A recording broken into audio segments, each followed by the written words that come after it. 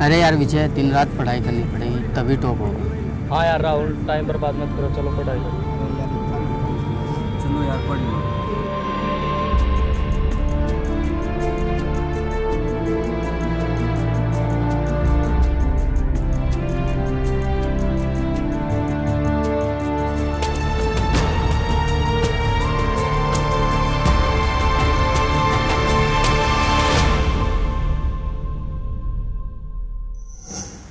हाँ भाई, तुमने रेखा के साथ क्या किया है? कुछ नहीं किया सर। सही सही बताओ, सच्चाई से। जयवीर, कसम से कुछ ना करें। जयवीर ले रिमांड इनका, ये तब बोलेंगे।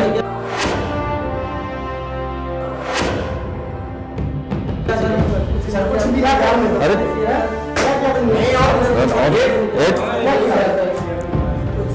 ऐसे नहीं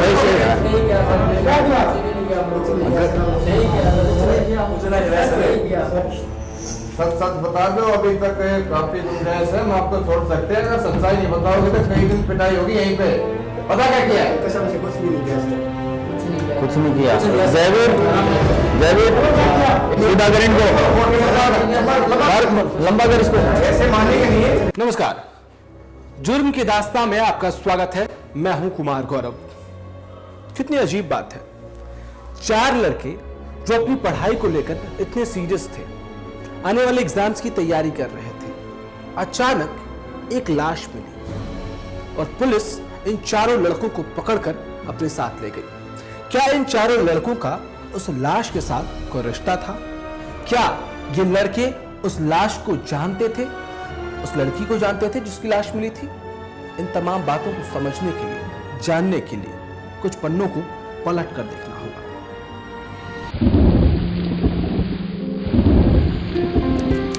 ये है रांची का एक छोटा सा गांव।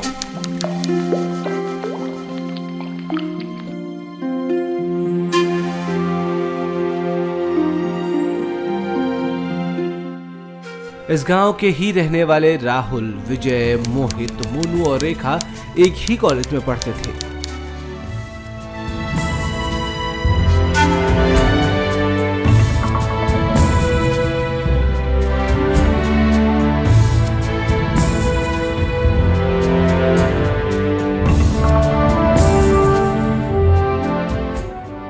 सभी अपनी अपनी पढ़ाई को लेकर काफी सीरियस थे।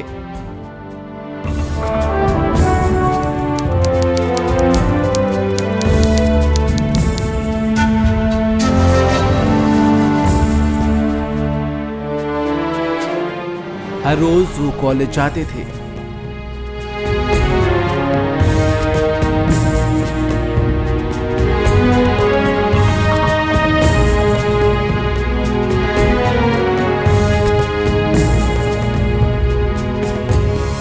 क्लास लगाते थे,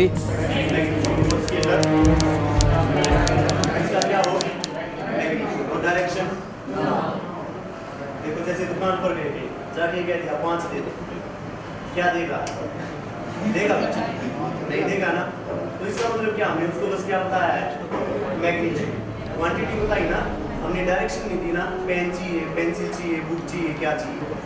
फर्स्ट एक में ले लिया फर्स्ट और एक क्या ले लिया सेकंड। कौन सा डिस्टेंस और कौन सी डिस्प्लेसमेंट कैसे पता लगाओ? चेंज, डायरेक्शन क्या हो गया है? चेंज। एक ऐसी क्वांटिटी जिसकी डायरेक्शन चेंज ना हो।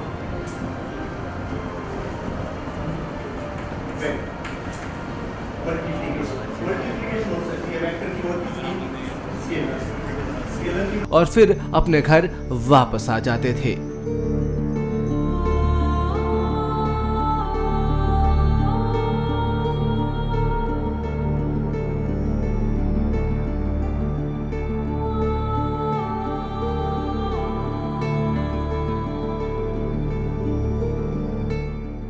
सभी एक ही गांव के थे, इसलिए रेखा भी उनसे खुलकर बात करती थी।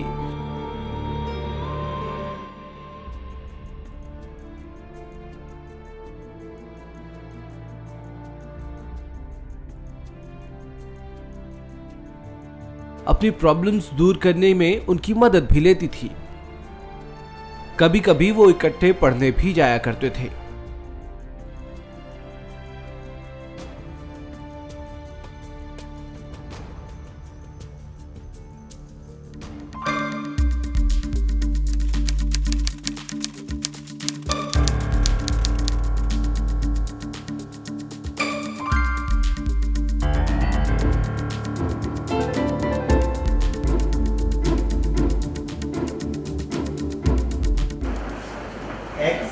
Y Z, X Y Z, कौन सा ठीक? अभी दोनों एंटी क्लॉकवाइज, एक्स से कहाँ गए वाई और एक्स से कहाँ गए वाई, दोनों में डायरेक्शन क्या रहेगी? Anti clockwise. लेकिन यहाँ एक में क्या है क्लॉकवाइज और एक में क्या है एंटी क्लॉकवाइज। हमें कोऑर्डिनेट सिस्टम कैसा लेना जिसमें डायरेक्शन क्या हो?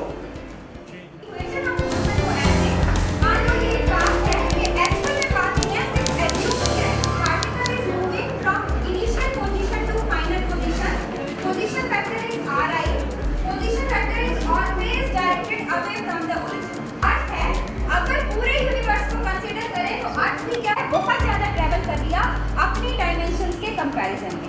ठीक है, तो जब सिंगल पार्टिकल की तुम्हें मोशन पढ़नी है तो उसके लिए हमें पोजीशन वेक्टर पता होना चाहिए। पोजीशन वेक्टर होता है, पोजीशन पता चलती है वो हमेशा ओरिजिन से अवे डायरेक्ट होता है। और ओरिजिन क्या है? That is reference point. किसी भी पॉइंट को जो बताने के लिए हम यूज करते हैं ऑफ एक्सिस जो उसके साथ अटैच कर देते हैं। मतलब किसी पार्टिकल की पोजीशन बताने के लिए तुम्हें एक्स वाई जेड 3 एक्सिस चाहिए। लेकिन रेखा के पिता को ये सब बिल्कुल भी मंजूर नहीं था।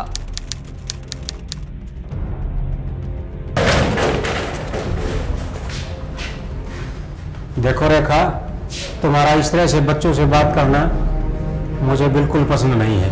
पर पापा इसमें बुराई क्या है? हम एक ही गांव के हैं और एक ही कॉलेज में पढ़ते हैं, तो हम बात भी नहीं कर सकते।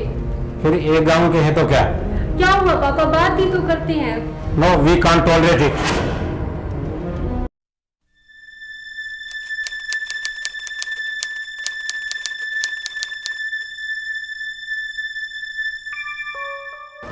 क्या हुआ रेखा, रो क्यों रही हो? बस ऐसे ऐसे कुछ नहीं होता, चलो कैंटीन चलते हैं।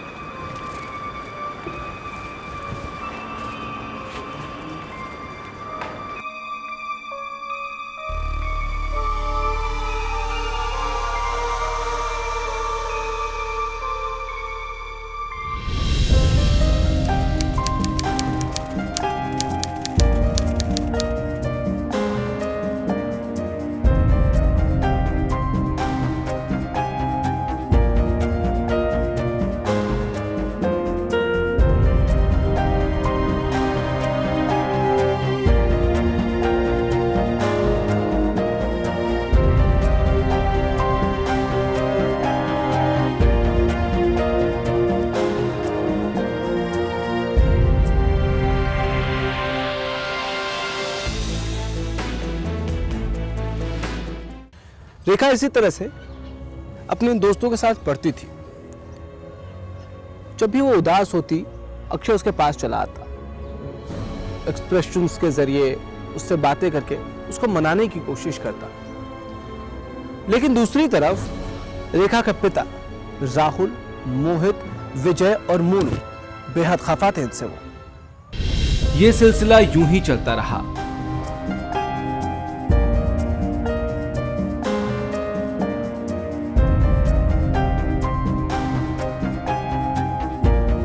अचानक एक दिन रेखा घर छोड़कर चली जाती है। वो किसी को कुछ बताकर नहीं जाती। वो कहां गई, किसके साथ गई, कोई नहीं जानता था।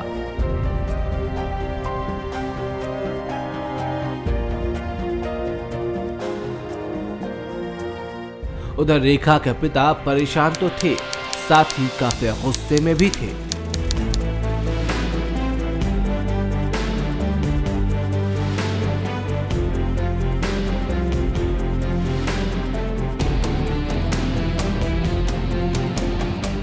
रेखा के पिता मोहनलाल ने पुलिस में रिपोर्ट दर्ज करवाई। जी बताइए, कैसे आना हुआ, क्या? इंस्पेक्टर साहब, कल से मेरी बेटी लापता है। हमने अपने स्थानों पे अपनी जानकारी में, रिश्तेदारी में हर जगह पता कर लिया, कोई सुराग नहीं मिल रहा। तो पुलिस कोऑपरेट करे। तो आपकी किसी से कोई दुश्मनी है? गांव के लड़के हैं, उन पे शक है। शक है? तो किस किस पे शक है, बताएंगे अपना? राहुल, मोहित, मोनू और विजय। ये उनके क्लासमेट हैं। अच्छा, साथ में पढ़ते हैं? साथ पढ़ते हैं। चलो, हमारा पूरा शक इन्हीं पे। ठीक है, हमने आपकी शिकायत दर्ज कर ली है। मोहनलाल जी आप हैं जी? तो मोहनलाल जी ऐसा है कि पुलिस अपनी तरीके से कार्रवाई करेगी और जल्द से जल्द आपको जो बेहतर से बेहतर परिणाम देने का प्रयास करेंगे। तो हो सके आपकी लड़की वह सुरक्षित है, हम आप तक लाने का प्रयास करेंगे। आपकी FIR दर्ज हो चुकी है, आप जा सकते हैं। निश्चिंत रहिए पूरी। एक दिन गुजरा, 2 दिन गुजरे, उधर पुलिस भी छानबीन में जुटी हुई थी।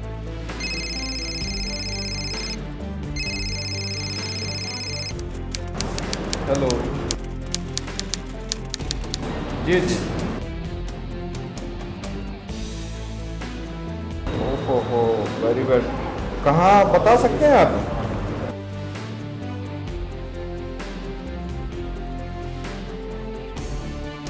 ठीक है जी, अब अभी कार्रवाई के लिए पहुंच रहे हैं, हमारी गाड़ी आ रही है।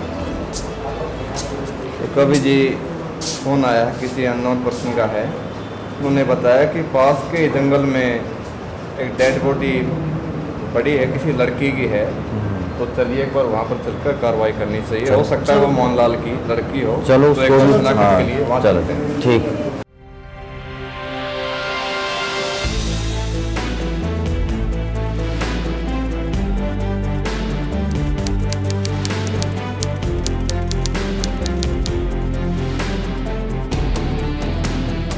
देखो भाई क्या पोजीशन है।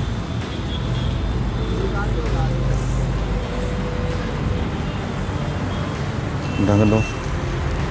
और मोहनलाल जी को हो सकता है उनकी लड़की हो ये, अभी पता चल जाएगा। मोहनलाल जी को बुलाइए।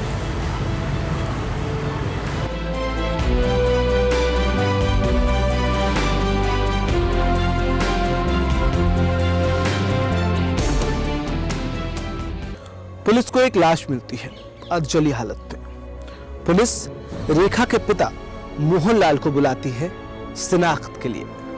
क्या रेखा के पिता इस लाश की पहचान कर पाएंगे और क्या ये जो लाश मिली है वो रेखा की है?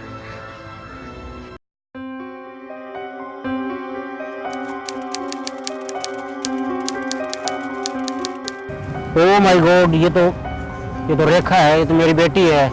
उन कमीनों ने तो मार डाला इसे। इंस्पेक्टर साहब, ये तो मेरी बेटी है, उनको कार्रवाई करेंगे आज ही, उनको पकड़ेंगे, जल्दी पकड़ेंगे।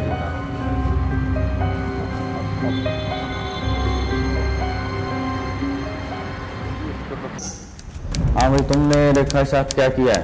कुछ नहीं किया सर। सही सही बताओ, सच्चाई से। जयवीर, कसम से कुछ ना करें। जयवीर ले रिमांड इनका, ये तब बोलेंगे।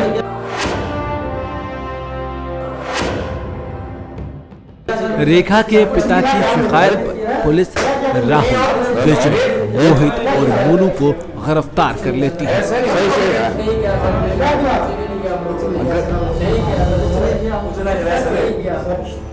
सच सच बता दो, अभी तक काफी गुंजाइश है, हम आपको छोड़ सकते हैं। अगर सच्चाई नहीं बताओगे तो कई दिन पिटाई होगी यहीं पे।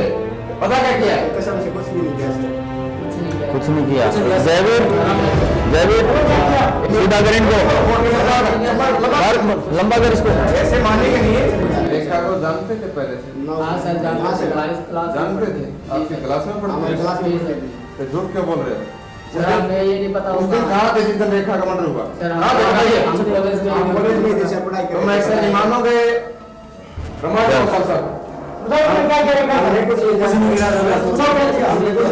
सच्चाई बता दो, अभी काफी टाइम है, वरना आप लोगों के साथ परिवार में क्या गुजरे पता आप लोगों को?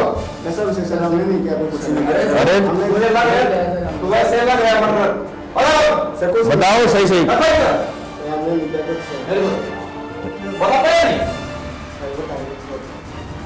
बताओ। हम नहीं मारा। कैसे मारा? उनके लाख कहने पर भी कि वो बेकसूर हैं, उन्होंने कुछ नहीं किया। पुलिस उनकी एक नहीं सुनती, लेकिन न जाने ऐसा क्या हुआ कि सबने अचानक अपना जुर्म कबूल कर लिया। सर वो हमें समाचार दे दीजिए सर। कानून के शिकंजे में पूरी तरह गिर चुके हो, बदमाशी करते हो, घर वाले पढ़ाई के लिए भेजते हैं। सर हम गलती हो गई सर, गलती हो गई सर। गलती हुआ है, मैं छोड़ता हूँ। क्राइम करने के बाद गलती। परिवार पर क्या बोल सकते पता है लोगों को? माफ कर दो सर। माफी तब कोर्ट करेगा आप लोगों को। हाँ, इनके खिलाफ सख्त से सख्त कार्रवाई करो। पूरे सख्त से सख्त सजा दिलाई जाएगी। ये और भी बताएंगे, और भी मर्डर किया होगा इन लोगों ने। पिछले दिनों जो डकैती हुई उसमें भी ये मिल सकते हैं शामिल। अरे चलो चलो, नहीं सर, हम तो पढ़ने वाले बच्चे हैं। चारों ने अपना जुर्म कबूल कर लिया था, तो क्या सच में इन चारों ने रेखा का अपहरण किया, उसके साथ गैंग रेप किया और फिर उसकी हत्या कर दी? या कहानी का दूसरा पहलू भी है? कहानी का दूसरा पहलू था, और वो ये कि रेखा जिंदा थी, मरी नहीं थी। और ये बात रेखा के पिता को मालूम थी, क्योंकि रेखा ने खुद फोन करके अपने पिता को ये बात बताई थी। रेखा के पिता को सच्चाई मालूम थी, लेकिन उसने ये बात पुलिस को नहीं बताई। एक तरफ सभी लड़के जेल में बंद थे, तो दूसरी तरफ उनके माता पिता हर मुमकिन कोशिश कर रहे थे उन्हें जेल से बाहर निकालने की। उन्होंने बार बार पुलिस से कहा उनके बच्चे बेकसूर हैं, पर किसी ने एक नहीं सुनी। रेखा के पिता को सच मालूम था, लेकिन उसने पुलिस को कुछ नहीं बताया। 4 लड़के कत्ल के इल्जाम में सजा भुगत रहे थे और वो लड़की जिंदा थी। तो आखिर ये कहानी क्या मोड़ लेने वाली थी? एक तरफ सभी लड़कों के परिवार वाले परेशान थे, तो दूसरी तरफ चारों लड़के रेखा के अपहरण, गैंगरेप और हत्या के इल्जाम में सजा काट रहे थे। रेखा 3 महीने के बाद वापस आ जाती है और सीधे पुलिस स्टेशन जाती है। रेखा को देखकर हर कोई दंग था, लेकिन रेखा ने पुलिस स्टेशन जाकर न सिर्फ अपने जिंदा होने के सबूत दिए, बल्कि उसने ये भी साबित कर दिया कि उसके चारों दोस्त बेकसूर थे। जैसे ही रेखा वापस आती है, पूरे गांव में सनसनी फैल जाती है। पर रेखा के वापस आने से रेखा के कत्ल के इल्जाम में सजा काट रहे सभी लड़कों के परिवार में उम्मीद की किरण जग जाती है। यह चौंका देने वाली बात थी कि एक मुर्दा लड़की जिंदा कैसे हो गई, लेकिन इससे भी बड़ा और पेचीदा सवाल था जिसका हल पुलिस को अब ढूंढना था कि आखिर वो लाश किसकी थी जिसका अंतिम संस्कार तक हो चुका था। इधर पुलिस भी हैरान थी। अब रेखा वापस आ चुकी थी। पुलिस का अब यह कहना था कि जो कुछ भी हुआ उसके लिए पुलिस की लापरवाही अलग बात है, लेकिन लड़की के पिता ने सब कुछ जानते हुए झूठ बोला, पुलिस को गुमराह किया। जिस लड़की की लाश मिली थी, पुलिस उसका पता तो लगा ही लेगी, लेकिन 4 बेकसूरों पर झूठा आरोप लगाने के लिए, तथ्यों को छिपाने के लिए और पुलिस को गुमराह करने के लिए लड़की के पिता पर कार्रवाई जरूर होगी।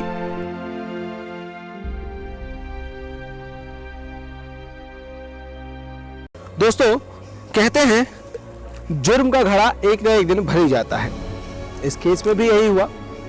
रेखा के वापस आने से साफ हो गया कि चारों लड़के बेकसूर थे।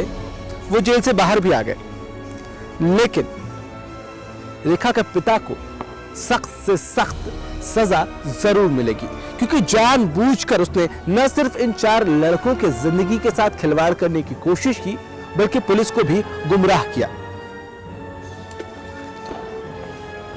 आपके हर तरफ जुर्म का जाल फैला है, उससे खुद को भी बचाइए, अपनों को भी बचाइए। अगले हफ्ते फिर इसी तरह की कहानी के साथ आएंगे। तब तक दीजिए इजाजत। नमस्कार।